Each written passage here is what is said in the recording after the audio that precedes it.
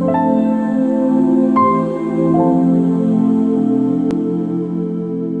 वालेकुम व्यूअर्स, मेरा नाम फराज अहमद है और आप देख रहे हैं मेरा यूट्यूब चैनल।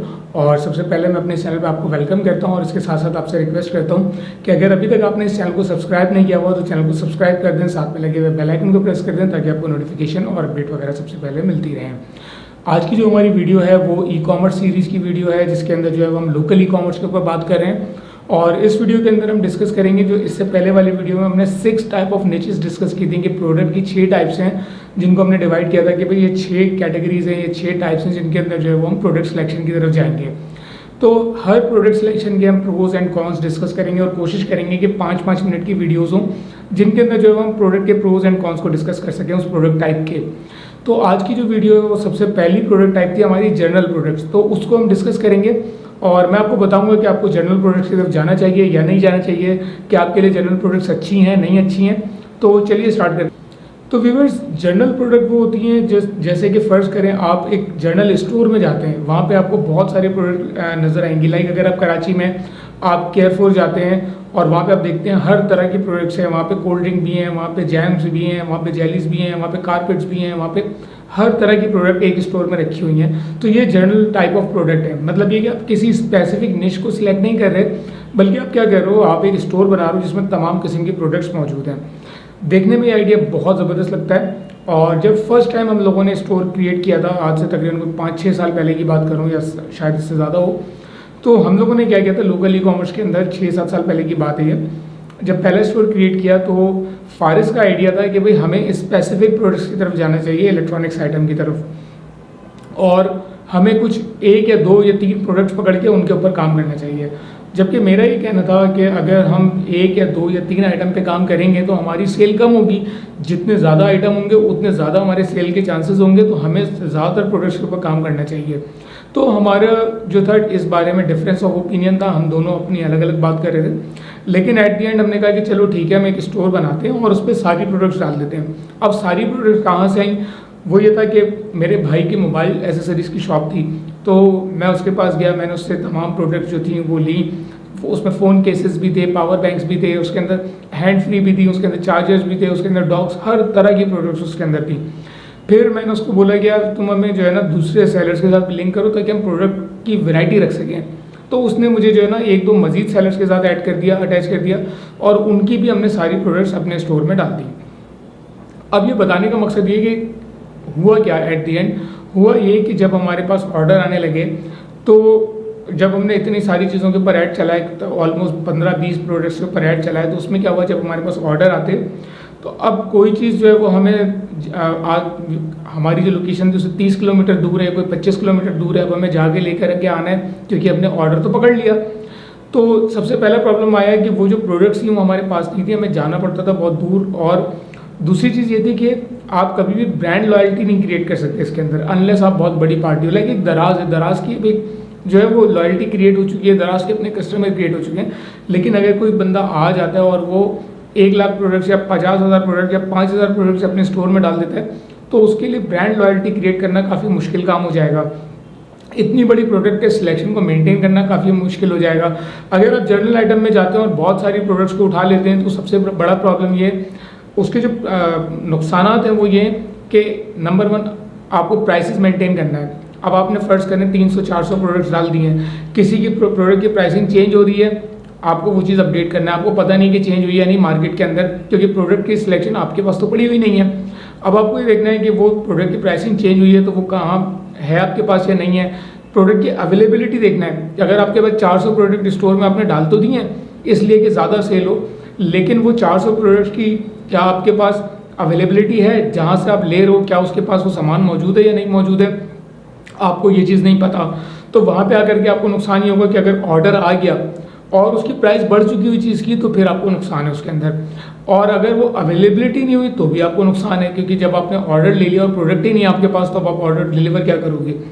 फिर तीसरी चीज़ ये कि हर चीज़ आपके हाथ में नहीं है कि वो प्रोडक्ट जो आपने उठा करके लगा दी है, क्या वो आपके बहुत करीब मिलती है, दूर मिलती है, कहाँ से आपने लेनी है, तो ये सारी चीज़ें मैटर करती हैं।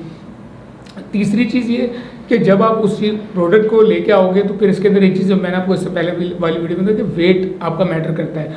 अगर आप इतनी ज़्यादा प्रोडक्ट्स डालोगे तो आपको ये नहीं पता कौन सी प्रोडक्ट का क्या वेट है, क्या वो आपकी डिलीवरी के अंदर सिंगल डिलीवरी के अंदर जाएगी या डबल चार्ज होंगे उसके ऊपर पैसे, क्योंकि जैसे ही 500 ग्राम्स आप एक्सीड कर दो तो आपके जो चार्जेस हैं वो डबल हो जाते हैं। तो वहाँ पर आकर के आपको ये नुकसान हो जाएगा। फिर एक और चीज़ ये कि जो प्रोडक्ट्स अगर आप जर्नल आइटम सेल कर रहे हो तो वो ऐसे आइटम्स होंगे जो स्टोर्स पे अवेलेबल होंगे। अब लेट से आप एक कोई ऐसी चीज़ सेल कर रहे हो जो नॉर्मल स्टोर के ऊपर अवेलेबल है और आपने अपने स्टोर में रखी, तो नंबर 1 अब आपको ऐड की कॉस्ट आ रही है, आपको जो है वो शॉपिफाई की पर मंथ फीस देनी है, आपको जो और दूसरे टूल्स आप यूज़ करोगे उनकी फ़ीस देनी है, फिर उसके बाद आपको डिलीवरी वाले को भी पैसे देने हैं, फिर उसके बाद आपको प्रॉफिट भी निकालना है। तो अगर एक जनरल आइटम है इसमें 100 रुपये का मार्जिन है, 200 रुपये का मार्जिन है, वो आप सेल करोगे तो आप उसमें नुकसान में चले जाओगे।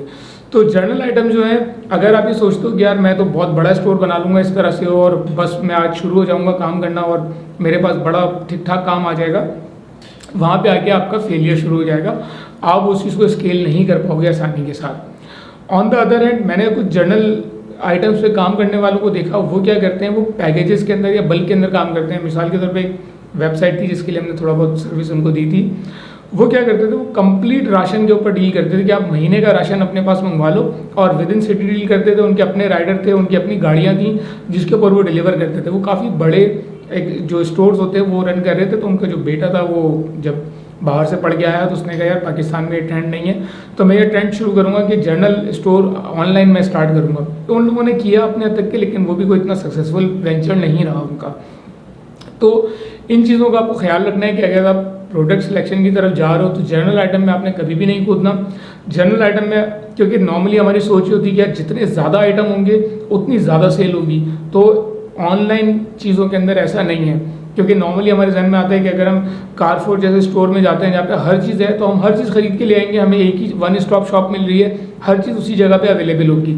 लेकिन जब हम ऑनलाइन फील्ड के अंदर आते हैं तो हमारा ये केस नहीं है, क्योंकि हम बहुत छोटी पार्टी हैं, हमारे पास इन्वेस्टमेंट लिमिटेड है, हमारे पास रिसोर्सेज लिमिटेड है, हमारे पास चीज़ें लिमिटेड है। हम कोई लाखों करोड़ों रुपए का माल अपने पास लेकर के नहीं बैठे हुए। तो प्रोडक्ट सिलेक्शन के अंदर जब आप काम करने जाओगे तो जनरल आइटम में आप कभी भी डील नहीं करोगे। और इसके बाद वाली जो आइटम्स हैं उनके अंदर जब हम डिस्कस करेंगे तो उसमें मैं आपको बताऊंगा कि कौन कौन सी चीज़ के क्या प्रोज हैं, क्या कौन से हैं। लेकिन अगर आप स्टोर स्टार्ट करने वाले हो तो जर्नल आइटम में कभी भी डील नहीं करना, कभी भी इस प्रोडक्ट टाइप के ऊपर नहीं जाना आपने। और जो आगे आने कैटेगरीज है उनको हम डिस्कस करेंगे जब, तो उनमें आपको पता चलेगा कि कौन सी चीज़ आपके लिए बेस्ट है। उनमें से 2 से 3 प्रोडक्ट टाइप हो सकती हैं जो कि आप में से जो भी काम करना चाह रहा है वो उनको सिलेक्ट कर लेगा। तो स्टार्टिंग में जब मैं आपको ये कोर्स पूरा स्टार्ट करवा रहा हूँ, जब ये मैं आपको पूरी चीज़ें बता रहा हूँ, तो मैं आपका माइंड क्लियर कर रहा हूँ कि आपने क्या चीज़ नहीं करनी है। क्योंकि जब मैंने स्टार्ट किया तो मेरे दिमाग में ये बात आई थी कि जितने ज़्यादा आइटम उतनी ज़्यादा सेल। अगर मैं हमने गैजेट्स के ऊपर काम शुरू किया तो मैंने कहा यार जितने गैजेट्स होंगे सेल उतनी आएगी। लेट से हम कोई स्पेसिफिक एक चीज़ सेल कर रहे हैं, लेकिन जब वो बंदा वो चीज़ लेने आएगा तो देखेगा हमारे स्टोर पे इतनी सारी चीज़ें हैं तो वो कोई भी ऑर्डर करेगा। और ऐसा हुआ भी, जब बंदे आए हमारे पास, हम एड्स किसी और चीज़ के चला रहे थे, सेल हमारे पास किसी और चीज़ की आ रही थी, लेकिन जिन चीज़ों की सेल आ रही थी उनकी अवेलेबिलिटी, डिलीवरी, वेट और बहुत सारे इशूज़ थे जिनको मेंटेन करना हमारे जैसे लोगों के लिए बहुत मुश्किल हो गया था, क्योंकि हम छोटे लेवल पे काम कर रहे थे। तो ये एक टिप थी कि जो लोग भी आप स्टार्ट करने वाले हो उनको इस चीज़ का बहुत ख्याल रखना है कि आपने जर्नल निश के ऊपर इस चक्कर में नहीं पढ़ना कि आप 1000 आइटम अपनी वेबसाइट पर डाल दो, इस चक्कर में नहीं पढ़ना आपने।